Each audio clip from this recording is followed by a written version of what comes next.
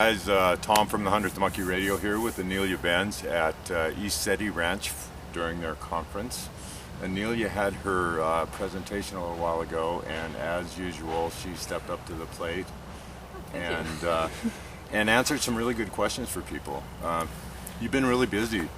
You mind going over what have you been doing in the last month?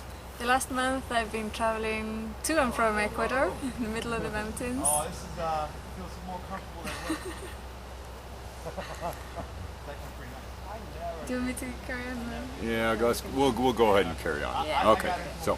Yeah, so basically I've been traveling to and from the Andes, a little village called Vilcabamba in Ecuador, and I had a week-long retreat, and then we got home, had a little rest, took another plane, 7th plane in the past 3 weeks to get here. So we got here and we arrived, and I walked up to James and I said, "Hi," and he goes, "Oh, you're here, you're on in 10 minutes." Oh, go, wow. "Oops." That's called cutting it close. That's yeah, called cutting it close. I had no idea that it was like, I thought it was 6 o'clock or something that was on, but it was earlier. And we were driving up here, you know, da, da, da, da, Yeah. look at that beautiful mountain, look at that tree, you know. It was fun. I'm glad you made it. And Yeah, just in it's time. awesome. Yeah, okay. Really cool. So here we are, 2012, the year that people have been talking about intensely for the last decade. Yes.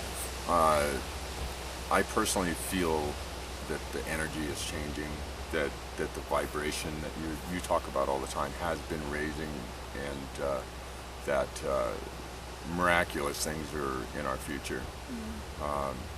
Have you seen this everywhere you've been going now? That is it a really common? I mean, you're out and about. I'm kind of stuck in one area. I talk to people all over the place, but you're out and about all over the place. Are you kind of feeling the same thing everywhere? Yeah, definitely, yes. The vibration is rising, but it's also accelerating. Right? I think it's time-space that's accelerating, in particular time out of space. And people are really feeling it all over the planet. There's a lot of stress, and especially those who are still asleep, they're really, really feeling it. So, I mean, you talk about a split that kind of happens. And I really try to wrap my head around this, and you know, I don't quite understand it. I guess it's way beyond really the third dimensional mind to really grasp. I don't quite understand how humanity can split into two different realities. Yeah. Well, it's very simple if you think about it. For example, is there an older person, or maybe not an older person, in your family who absolutely does not get you? Is there? Okay.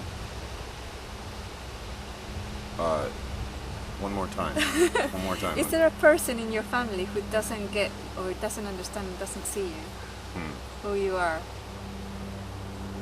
Probably my son. Yeah? Yeah. Probably my son. And he just does not see or understand what you're on about, or what Well, you I think he about. doesn't understand it. I mean, he's heard it a lot. Right. I mean, he's heard it a lot, but he just doesn't understand. He hasn't had that experience yet. Right. And how does he see you? To him, who are you? What are you? Dad. Right. I mean, yeah. Exactly. So that's two realities split right there, in the same time space, right? But his reality is completely and utterly different to yours. You have a completely different reality, and how you see him is completely and utterly different to how he experiences life. Right. So, and it's happening right now, and it's happening more and more between people. It's often, you know, individuals who are older, but sometimes it can, you know, be children or people who are younger or the same age, who really do not know who you are really, and can't see you, and eventually just, you know, you kind of, oh, whatever, you know, you give up, you know. But it's very much about how a person experiences. Is like having what we see as reality, and even what we see and experience, is very narrow, right? And that narrowness is a choice. We choose what we see. We choose what we, choose to see. and we also choose what we experience.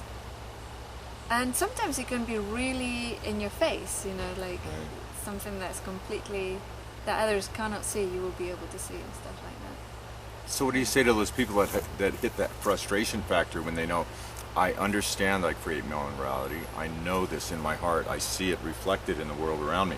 I mean, me personally, I see reflections of my consciousness in my world around me. Yeah. What do you say to those people who say, okay, where's the rest of it? I'm living in this world where I have to deal with and witness all this ugliness around me. Mm-hmm. What's the point where do I have to go through that death step, that death gate to get to the place that I'm envisioning? Not really, you don't. No, you don't have to at all. I have a little example of my own life. I grew up in Nottingham in England. And Nottingham is one of the most violent cities, or it was at the time, of Europe, or even the world probably. It was extremely violent. And I lived in one of the worst neighborhoods there, because my mother arrived, and she wasn't in a good place herself, as a refugee, so they used to put refugees in the worst areas. And I would walk through the streets like a young teenage girl, small, you know, 5 foot nothing, and even smaller then. Nothing ever happened to me, and I never saw violence. I never saw an act of violence in that city. And I used to walk the streets at night and everything, and, you know, never. And then I wake up the next morning and I look at the papers, and it was full of the stuff that had been happening apparently all around me, right? But my reality and their reality was so different that we never even crossed paths. You know, it's like it was the same space, Right. but somehow I would walk into a street just when the other person would leave or whatever, right? You don't cross paths, and it's very much like that now, and it's accelerating, right? Well, see, I experienced that at a certain level where I know that there are a lot of certain things like the violence will not cross my path. Right. That's not. I've already played that game a long time ago, and it's not in my path again. Right. So I know those types of things won't be there. I guess I'm just. I at times I get a little frustrated with being patient for the rest of the world to Catch up. make their move, catch up, make their move, do something. Right. And I think one of the things that we can do is really process our judgment, because there's a huge judgment that says, you know, this is good and that what you're doing is bad, and process it and really look at it at an energetic level. Once you move out of judgment, then you can make a choice and have like that agreement thing, right?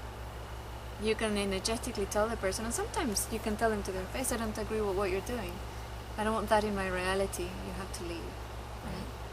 And a lot of the time you do that energetically. If it's something, for example, a war in somewhere other part of the world, sometimes you got to do it to a real person, and they understand.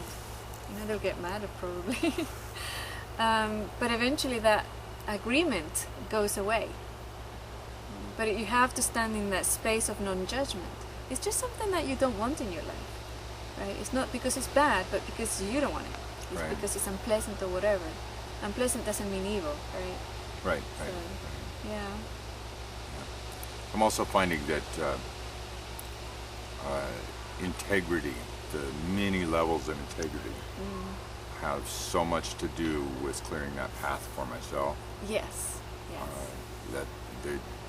That was probably, and it's not the lying. It wasn't what was coming out of my words. It was being integral in all my actions. Right. And doing what I said I was going to do. Except, you know, just being impeccable. Exactly, and making it a part of who I am instead of forcing myself to do that. Right. That was a huge key for me. Yeah, and a really good thing to do, and I did this once, inadvertently, is to intend instant karma. When you break your own integrity, to have instant payback, right? And it works. You know, the times that I've become, the times that I've sort of gone, I think I'll do this instead, or whatever. You know, whenever I've broken my own integrity, it's a huge slap, you know, and sometimes it's literally a slap. Something will fall on my head and I'll fall onto the ground and go, okay, thank you, you know, I shan't do that again, or I won't do that, whatever, you know. But yeah, it's vibrationally speaking, every time, even lies, every time we tell a lie, that vibration sticks, right, and it lowers our own vibration. So yeah, it's important to, you know, release all that, all the need to lie. And when we hear others lying, have no judgment, because whatever it is that they're lying is for them highly important, or they wouldn't do it, right? Right. So, on some level, anyway. Right. Yeah.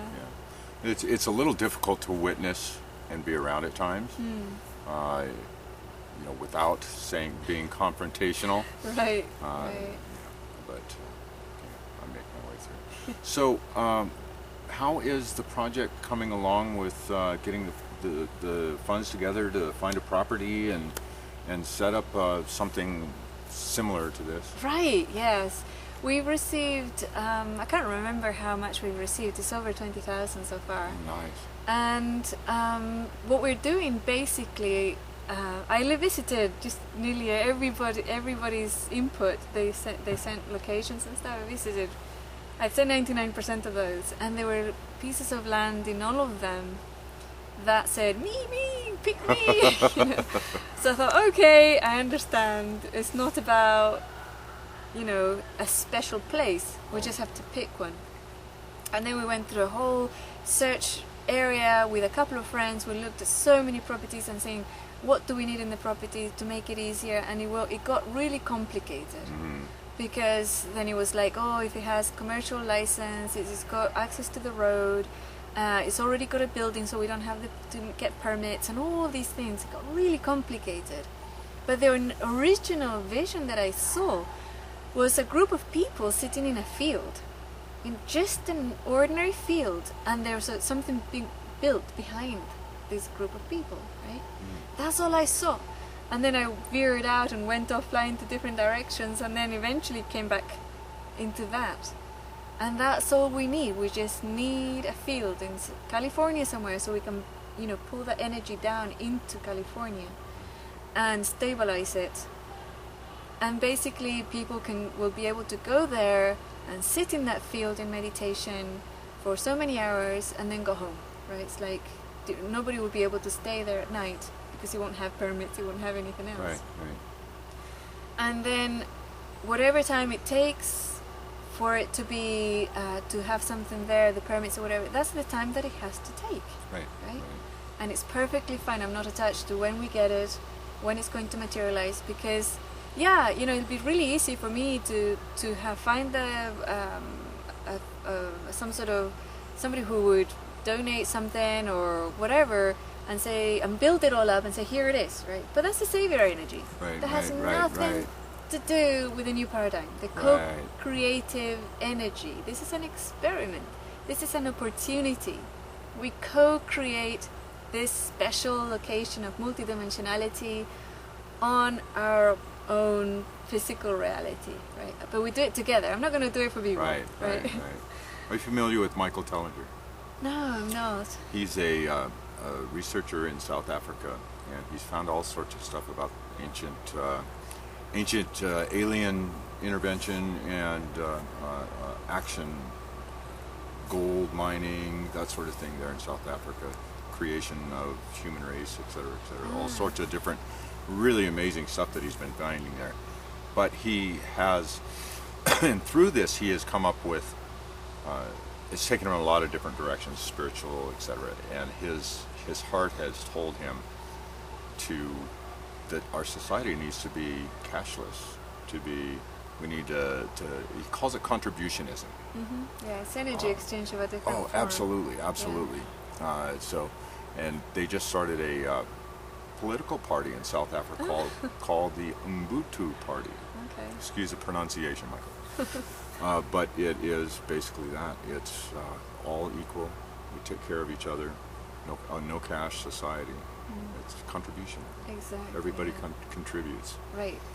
And I kind of feel that that's where we have to go with race. Yeah, absolutely. It's a different concept. It's a new energy that's coming in, a new way of functioning and working together, right? And it's not about, you know, we go somewhere, instant gratification. It's not about somebody else doing it for us, right? And really, and each individual who wants to see this happen really has to take responsibility and do something to make it happen. That's it.